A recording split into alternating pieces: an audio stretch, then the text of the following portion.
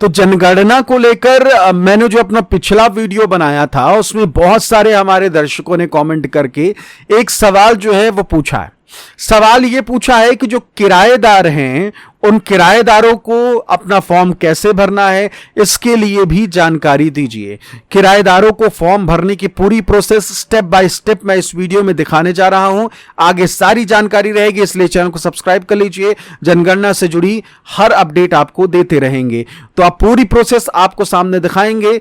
Same process है, चाहे किराएदार हो चाहे आप खुद घर के मालिक हो, दोनों के लिए प्रोसेस सेम ही है। बस एक दो चीजें जो हैं वो चेंज हुई हैं, और वो जो चेंज हुई हैं तो मैं जब स्टेप बाय स्टेप आपको फॉर्म भरना बता रहा हूंगा तो जहां किराएदारों को थोड़ा ध्यान देना है उसकी जानकारी भी उसमें मैं दे दूंगा। फिलहाल इस वीडियो में इतना ही। वीडियो को पूरा देखिए। अब सीधे आपको अपने कंप्यूटर के सामने लेकर चलते हैं। ये चीज आप मोबाइल से भी आराम से देख कर भर सकते हैं, लेकिन आपको कंप्यूटर से समझा रहा हूं, सेम प्रोसेस मोबाइल पर भी है। फिलहाल इस वीडियो में इतना ही।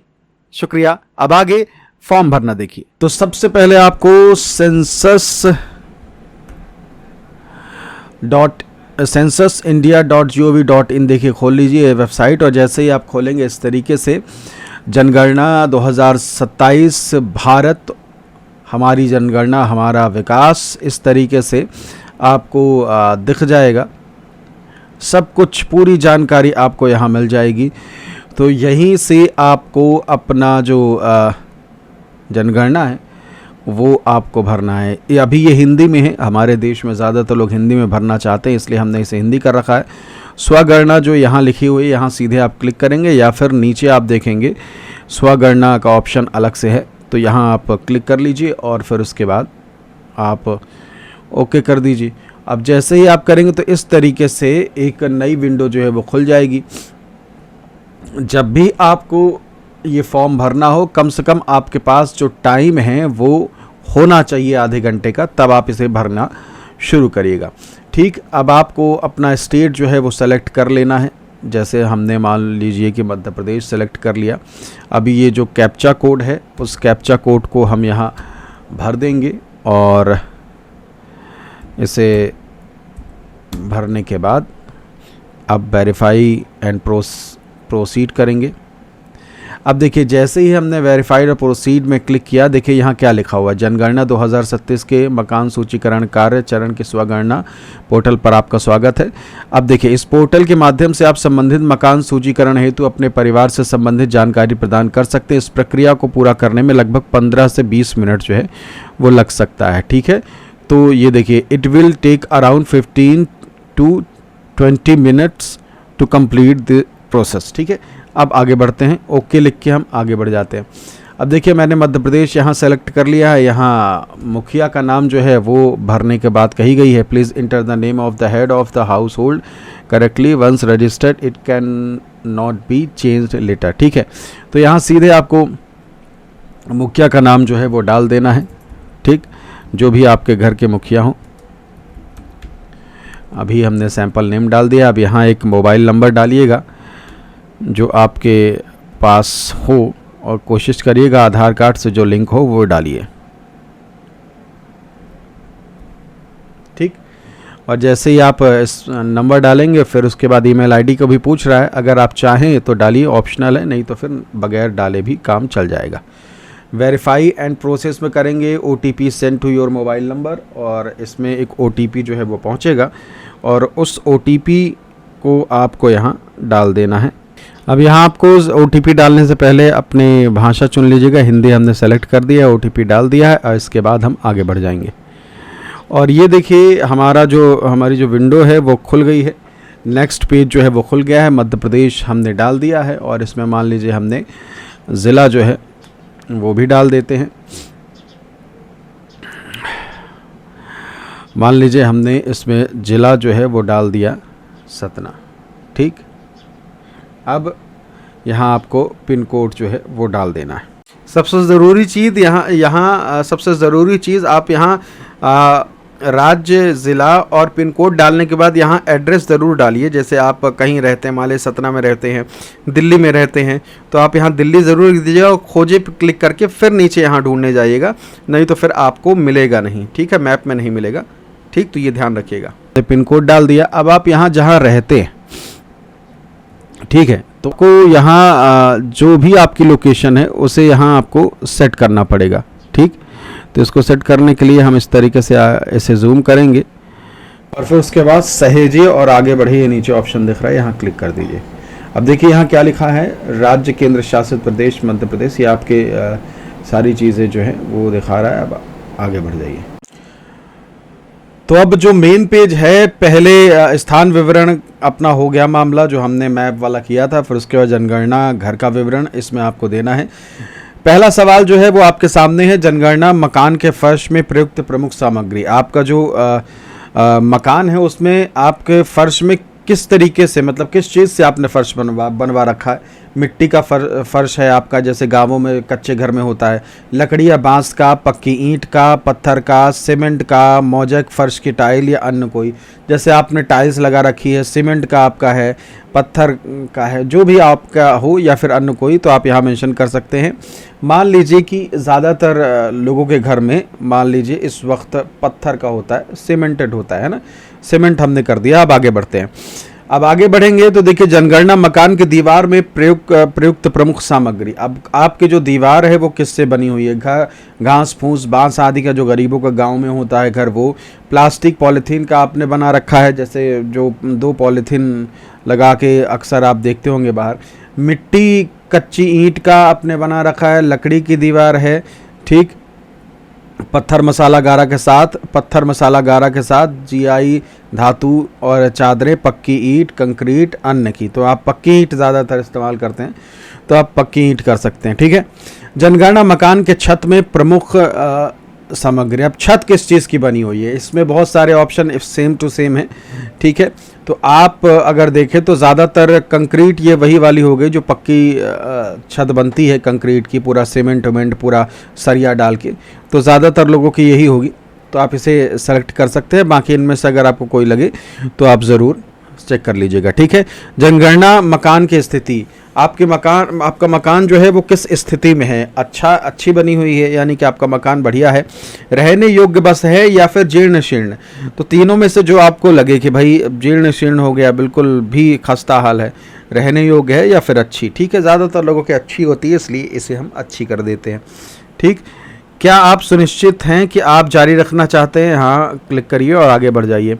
अब सामान्य जानकारी आ गई, अब इसमें आप आ जाइए, ठीक। इस परिवार में सामान्यतः रहने वाले व्यक्तियों की कुल संख्या, ठीक है। तो इसमें जितनी भी संख्या हो सबको आपको लिख देना, बच्चों को भी शामिल करके, ठीक। मान लीजिए 4 हो गया, ठीक। परिवार के मुखिया का नाम यहाँ आ जाएगा, मैंने सैंपल नेम डाला है, आप अपना मुखिया का नाम जो है वो डालिएगा। परिवार के मुखिया का नाम जो है वो यहाँ दोबारा लिख सकते हैं, ठीक। तो इसे हम सैंपल नेम, यहाँ हिंदी से लिखना है इसलिए ये दिखा रहा है। तो आप यहाँ सीधे सैंपल नेम, क्योंकि मुझे हिंदी आती है इसलिए मैंने लिख दिया है। बाकी आप चाहें तो जैसे आप इंग्लिश में टाइप करेंगे तो वो आपका नाम जो है हिंदी में कर देगा। जैसे ये देखिए, मैंने सैंपल लिखा, इसने सैंपल लिख दिया इनमें, ठीक है। और मैंने यहाँ नेम लिखा तो देखिए उसने नेम कर दिया। अब अगर NAME लिखते तो वो नामे कर देता, इसलिए मैंने NEM लिखा, ठीक। परिवार के मुखिया जो है वो कौन है, पुरुष हैं, स्त्री हैं, ट्रांसजेंडर हैं। पुरुष हैं तो पुरुष, स्त्री हैं तो स्त्री। अब अगर इनमें से कोई जाति में आप आते हैं, ठीक है, तो परिवार का मुखिया जो है वो किन जाति में आते हैं वो यहाँ आप डाल सकते हैं। यहाँ मैंने अन्य डाल दिया, ठीक। जा या अन्य, तो ये देखिए अनुसूचित जनजाति यानी कि जा, और अनुसूचित जनजाति यानी आजा, ठीक। और अन्य यानी जनरल कैटेगरी। इस मकान के स्वामित्व की स्थिति क्या है, उनका खुद का घर है, किराए का, परंतु अन्यत्र अपना मकान है, किराए का है, एवं अपना कोई मकान नहीं है, ठीक है। या फिर ये, तो देखिए सबसे पहले तो जहां आप रह रहे हैं किराएदार अगर आप हैं तो यहाँ आपको ये क्लिक करना है, किराए का है लेकिन परंतु अपना कहीं और मकान जो है वो है, ठीक। अब आप खुद का है तो आप यहाँ डाल सकते हैं, और अगर आपका किराए का मकान है, आपका कोई खुद का मकान नहीं है कहीं भी गांव वगैरह में, तो फिर आप ऐसा सेलेक्ट कर सकते हो। और अन्य अगर आपको इन तीनों में से कोई समझ में नहीं आता तो आप सेलेक्ट कर सकते हो। मान लीजिए हमने यहाँ अपना कर दिया, ठीक है। और अब रहने योग्य उपलब्ध कमरों की संख्या, आपके घर में कितने कमरे हैं वो ज़रूर मेंशन करिए। मान लीजिए कि आपके घर में 3 कमरे हैं, आपने 3 लिख दिया। इस परिवार में रहने वाले विवाहित दंपतियों की संख्या, आपके घर में कितने लोग जिनकी शादी हो चुकी है। जैसे मान लीजिए कि आप अपने पिता और माता के साथ रहते हैं तो एक विवाहित जोड़ा वो हो गया, ठीक। एक आप खुद हो गया अगर आपकी शादी हो गई है तो आप और क्या कहते हैं आपकी बीवी, तो 2 विवाहित जोड़े कहला गए, है ना। बच्चों की अगर शादी हो गई है तो ठीक है, नहीं तो फिर 2 ही।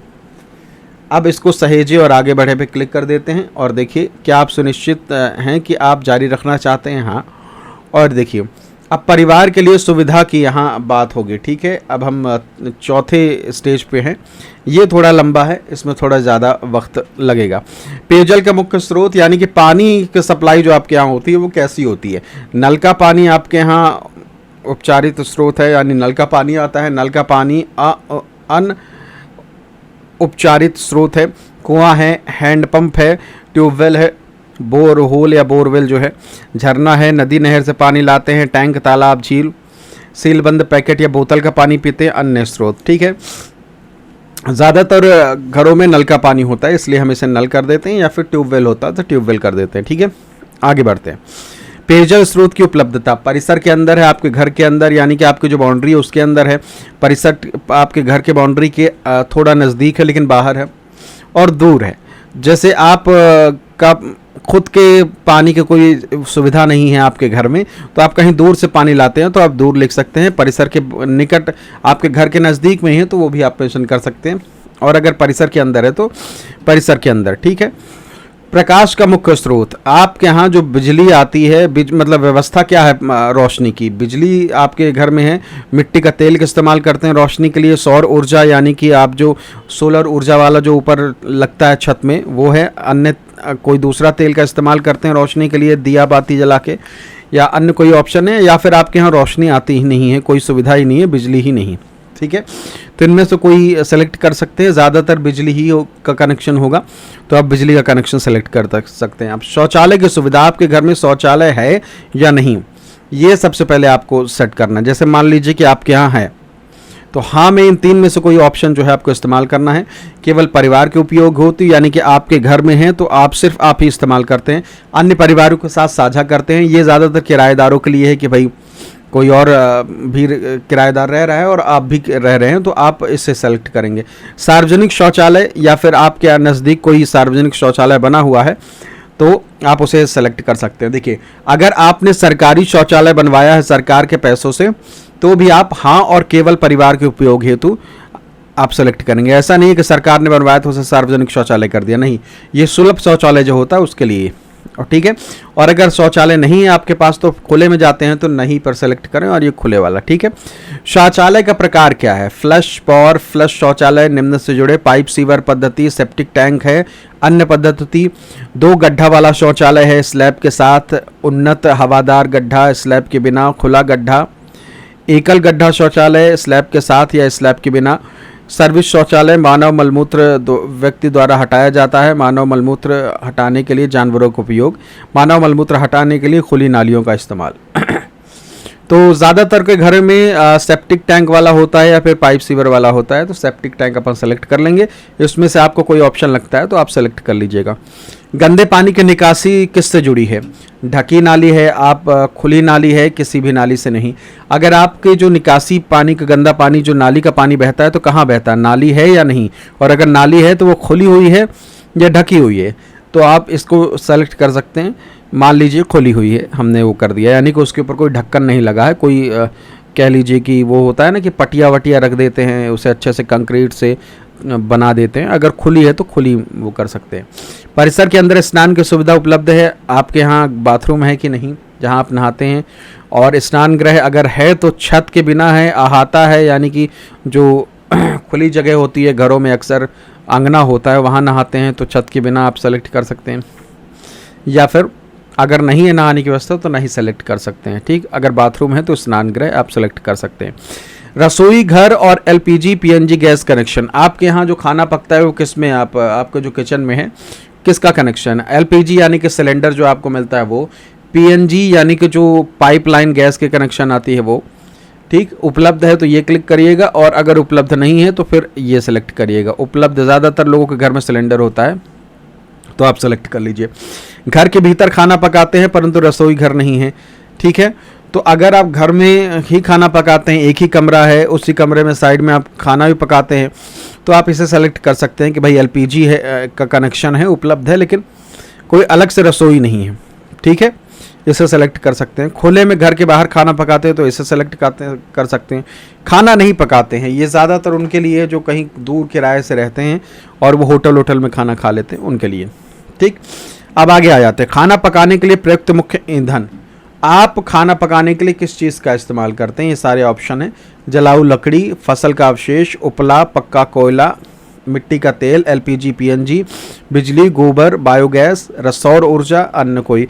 तो ज़्यादातर लोग जो हैं वो एलपीजी यानी कि सिलेंडर वाला ही इस्तेमाल करते हैं। मान लीजिए आप चूल्हे में खाना बनाते होंगे तो आप इसे जलाऊ लकड़ी में इस्तेमाल कर सकते हैं, ठीक है। अब आ जाते हैं नेक्स्ट में, सहेजे और आगे बढ़े। ये पूछेगा क्या आप जारी रखना चाहते हैं? हाँ, आगे बढ़िए। अब ये कुछ और ऑप्शन है आपके घर में। अब विलासिता वाली चीज़ें कौन कौन सी हैं? रेडियो ट्रांजिस्टर आपके यहाँ है या नहीं? रेडियो आज के समय में बहुत कम लोगों के यहाँ होगा, अगर है तो इनमें से 3 ऑप्शन है, इनमें से क्या इस्तेमाल करते हैं? परंपरागत रेडियो, पुराना वाला जो रेडियो है वो है, या मोबाइल स्मार्टफोन पर आप रेडियो सुनते हैं? तो अक्सर मोबाइल का में सुनते हैं, लेकिन रेडियो अब ज़्यादा कोई सुनता नहीं है, ठीक है। फिर भी आप मोबाइल स्मार्टफोन या नहीं सेलेक्ट कर सकते। टीवी आपके यहाँ है या नहीं? अगर टीवी है तो उसमें आप जो है दूरदर्शन को जो डीटीएच फ्री में मिलता है वो इस्तेमाल करते हैं, या फिर एयरटेल, या फिर कह लीजिए कि डिश टीवी वगैरह इस्तेमाल करते हैं, तो उसके लिए ये ऑप्शन है। अगर आप डिस्क लिए हुए हैं, केबल कनेक्शन है, तो वो सेलेक्ट कर सकते हैं। अगर आप किसी दूसरे ज़रिए से, जैसे आप वाईफाई से टीवी चलाते हैं, स्मार्ट टीवी, तो इसे सेलेक्ट कर सकते हैं, ठीक है। तो कोई भी ऑप्शन यहाँ सेलेक्ट कर लीजिएगा। मान लीजिए आपका डीटीएच है, ठीक है, फ्री वाला नहीं है, आप डिश टीवी लगाए हुए हैं, कोई भी इस तरीके जिसमें पैसा देना होता है। इंटरनेट सुविधा आपके यहाँ है या नहीं? अगर है तो लैपटॉप कंप्यूटर में है, मोबाइल स्मार्टफोन में है, किसी अन्य उपकरण में है, या नहीं है तो नहीं सेलेक्ट कर सकते हैं। अक्सर मोबाइल सबके यहाँ होता ही है, तो मोबाइल स्मार्टफोन आप सेलेक्ट कर सकते हैं। अब आते हैं कंप्यूटर या लैपटॉप आपके पास है या नहीं? ज़्यादातर घरों में नहीं होता है तो नहीं सेलेक्ट करिए। अगर आपके यहाँ लैपटॉप या कंप्यूटर है तो सेलेक्ट करिए। टेलीविज़न और मोबाइल फ़ोन स्मार्टफोन के बारे में लिखिए। क्या आपके पास लैंडलाइन बस है? तो हाँ सेलेक्ट करिए। केवल मोबाइल है, स्मार्टफोन अन्य साधारण यानी कीपैड वाला फ़ोन, और दोनों हैं तो आप इसे सेलेक्ट कर सकते हैं, या फिर नहीं है मोबाइल या स्मार्टफोन तो भी सेलेक्ट कर सकते हैं। ज़्यादातर लोगों के यहाँ स्मार्टफोन होता है, कोई एक के पास तो होता ही है, ठीक है। ओके, हमने उसे सेलेक्ट कर लिया। साइकिल और स्कूटर, मोटरसाइकिल, मोपेड आपके पास इनमें से क्या है?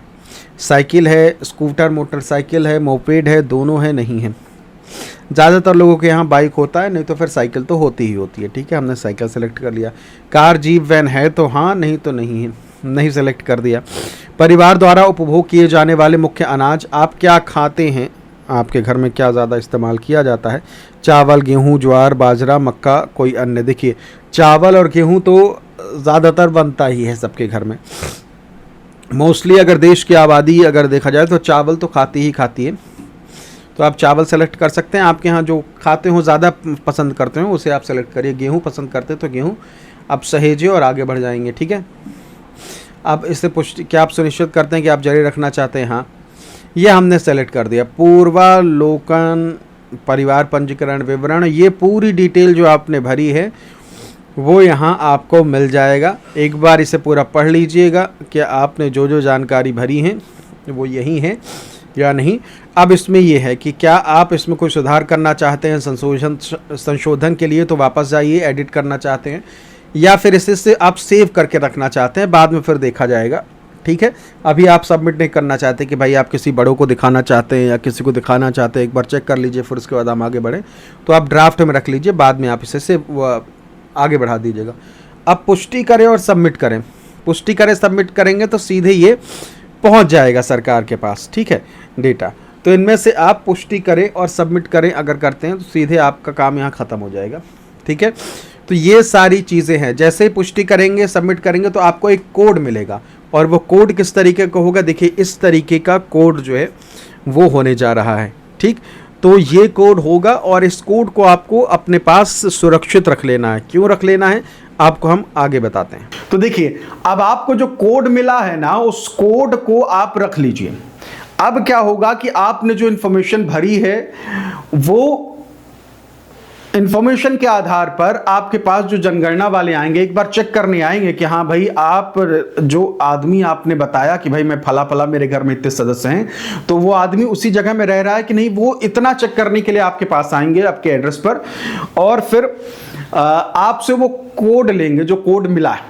तो उस कोड को संभाल के अगर आपने रखा होगा तो फिर आप दे दीजिए, और फिर उसके बाद आपकी जनगणना जो है वो पूरी हो जाएगी। यानी कि वो बैठ के आपका नाम, पता, ये ताम झाम जो 33 सवाल हैं वो लिखने नहीं बैठेंगे, बस वो आए 5 मिनट आपसे जो भी चीज बातें हुई वो करी, और फिर उसके बाद वो कोड लिया, और कोड लेते ही वो आपका जो जनगणना की प्रोसेस है वो कंप्लीट हो जाएगी। तो इस वीडियो को शेयर करके बाकी लोगों को भी भेजिए, उन्हें भी बताइए कि भाई किस तरीके से वो ऑनलाइन अपने जनगणना का फॉर्म खुद भर सकते हैं। फिलहाल इस वीडियो में इतना ही, शुक्रिया। शेयर करें, नीचे शेयर का बटन है, और भेज दिए तुरंत, और चैनल को सब्सक्राइब भी जरूर कर लीजिए। जनगणना से जुड़ी अभी बहुत से इंफॉर्मेशन जो है वो आने जा रही है। अभी देखिए दिक्कतें बहुत सारी होनी है जब फॉर्म भरे जाएंगे, इसलिए आगे की वीडियो आपके तक पहुंचती रहे, अब वीडियो आप पाते रहें, आप तक खुद ब खुद पहुंच जाए, इसलिए चैनल को सब्सक्राइब जरूर कर लीजिए। नमस्कार, मेरा नाम है आदेश सिंह राठौर, शुक्रिया।